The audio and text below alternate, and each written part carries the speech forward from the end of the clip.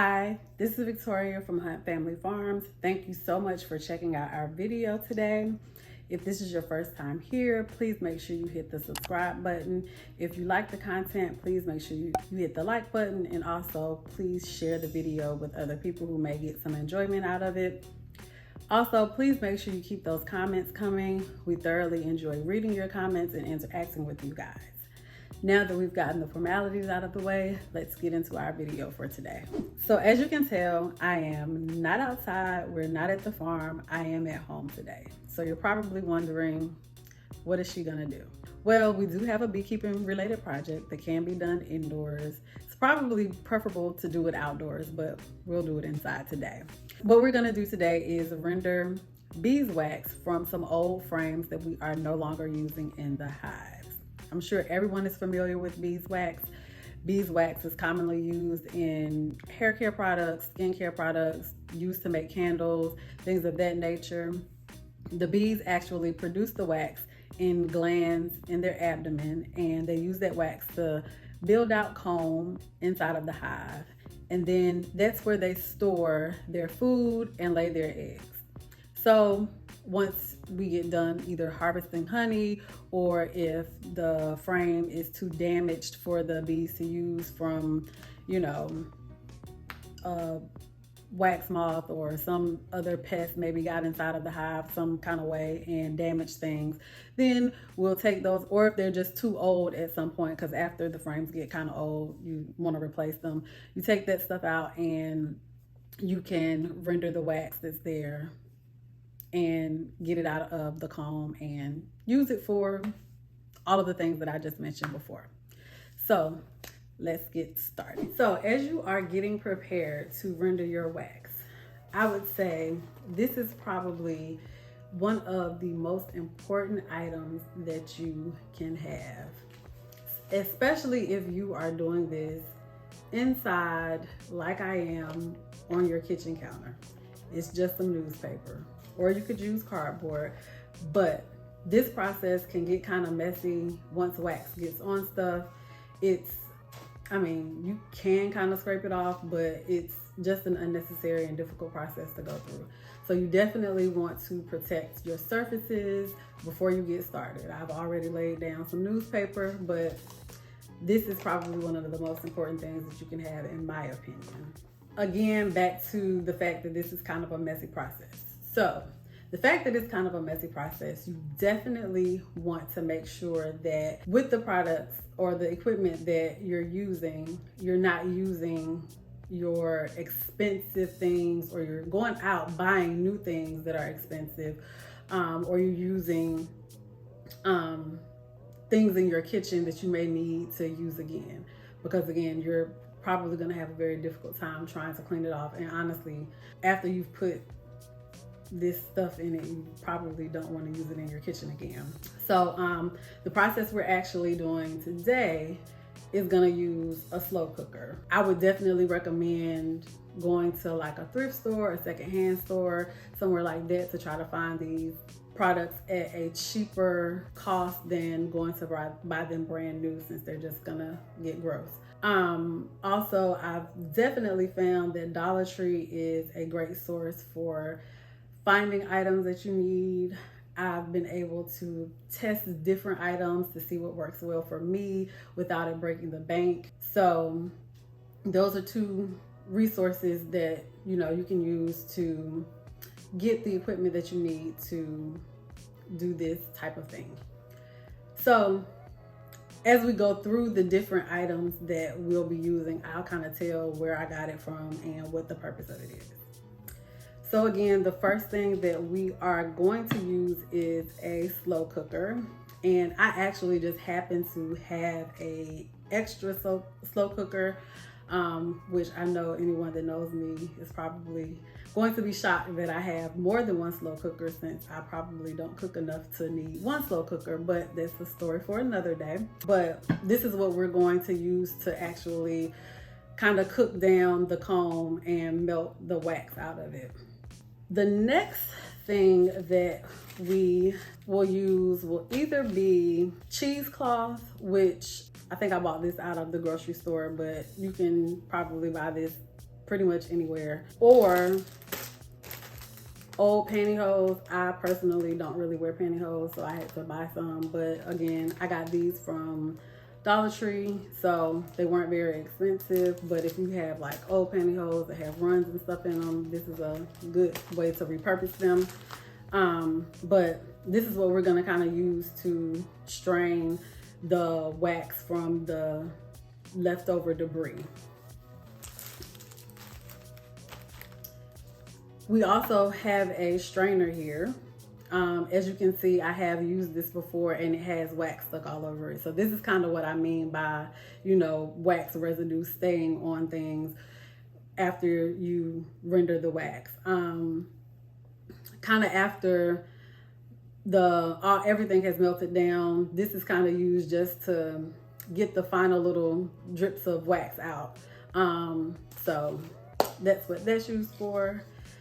I found this little nifty wooden spatula in Dollar Tree as well. Oh, and this came from Dollar Tree.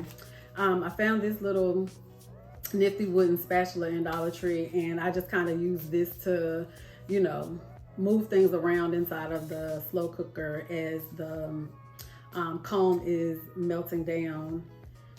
And just a quick story about the strainer. I actually bought this strainer and a plastic one from Dollar Tree, and the plastic one broke, but since I had only spent $1.25 on it, it wasn't the end of the world. So that's what I mean by, you know, like being able to kind of test out what works well and what doesn't, and it doesn't break the bank. And this one has, you know, worked very well for me. So that's kind of what I mean by, you know, just shopping somewhere where you can have those options. The other item that we have, it's not mandatory, but it's good to have, is a slow cooker liner. So it serves the same purpose as it does when you're actually cooking in your slow cooker. You just put it inside and it protects the actual inside of your slow cooker from getting covered in wax. So if you happen to have to use a slow cooker that you would have to cook in again, you definitely want to have these. However, that doesn't protect your lid, so you would have to find something up for that. So these are the main items that we're going to use, and of course we'll need some water inside of our slow cooker, and then the actual comb from the frame. So I kind of wanted to just talk about the actual comb that we are going to melt down today. This is from Deep High Body, and it's brood comb. And what that means is this is a frame where the bees were actually laying eggs. And as you can tell, it's really, really dark. And what makes the comb end up turning dark is from the bees kind of going in and out of it over and over again and reusing the comb over and over again, which is what happens when they, you know, lay eggs, they hatch, they clean it out, they go back in, lay eggs again. So they're in and out constantly. It ends up getting darker because it, I guess, kind of gets dirty. So it turns darker. And part of the reason why we didn't put this back into the hive is because, as you can see, we have these big gaping holes here, and it's just, you know, really, really damaged, and because it's really dark, so it's kind of old. So we were breaking down any frames that kind of look like this. And as you can see, I have a bucket where I've already broken down one of the frames. Now, with brood comb, you typically don't get a lot of wax out of a frame. So I'm really just doing this for the purposes of, you know, showing the process. I melted down one of these frames a couple of weeks ago, and this was literally all the wax that I got out of it. So it's very thin, not very much. But we do have several of these to melt down, so hopefully we'll get a little bit more and I can throw that back in, and, you know, we'll get a decent amount. So I just kind of wanted to go over, you know, what the frames, the comb look like, and why it looks the way it looks, and what we can expect the end result to be. So I've added my liner to the slow cooker, and I've added some water inside of the liner, about halfway full. I did decide to go with the pantyhose as far as what we're gonna use to actually put our comb into. So the way this works is you kind of just tie off the pantyhose.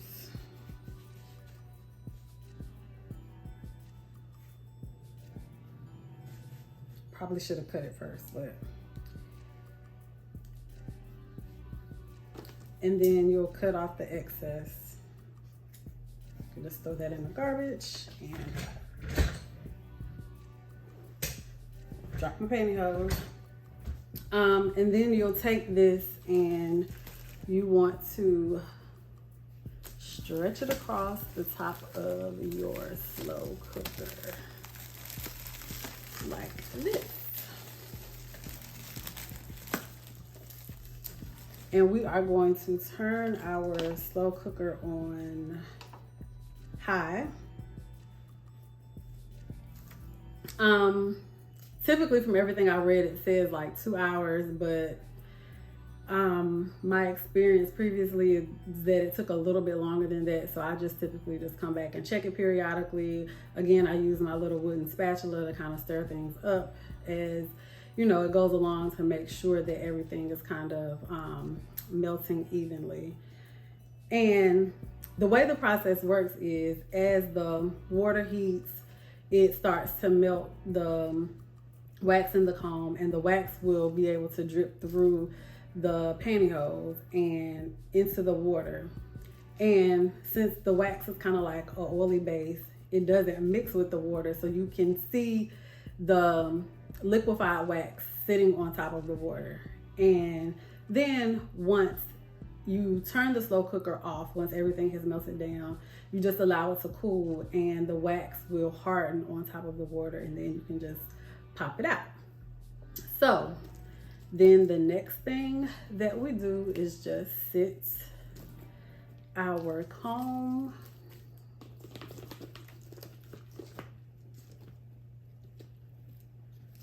inside of the pantyhose.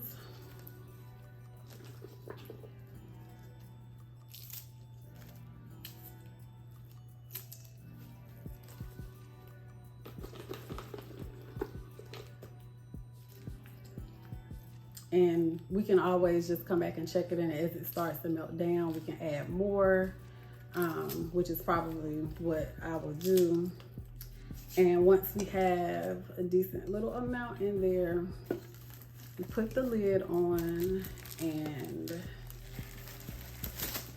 we'll just pour the pantyhose up, and then we just kind of let it sit and we just wait. And again, like I said, periodically we'll come back and check as it cooks down and there's more space available. We'll add more of the comb to the pot.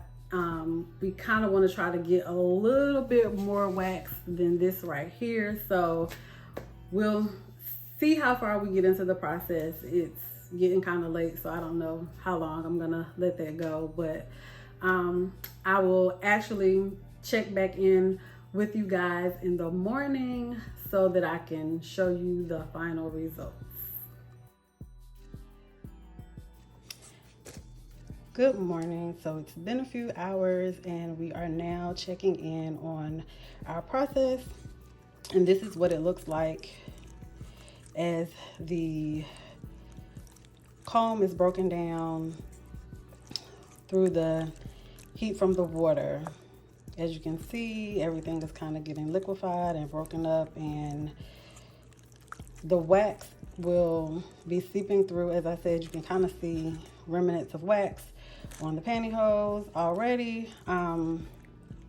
But once we take this off, you'll be able to see the wax on the water, and then we would let this cool. I have now removed the pantyhose from around the slow cooker and added it to the strainer. Here we're going to kind of let the remaining liquid just drip out of the pantyhose. And I've turned off the slow cooker, and we are going to start the cooling process. It's kind of hard to see just because the water has turned so dark, but you can see the wax kind of on top of the water. I did last night add some more wax to the slow cooker, and now we're at a point where we'll probably still not have that much wax to show this time because I only did the one frame. But again, this was just to kind of show the process. So as it cools, we'll come back and see what we have. As you can see, the wax has now completely cooled and hardened on top of the water. And now we can just scoop it out of the water and then dispose of this liquid, and now we have our wax.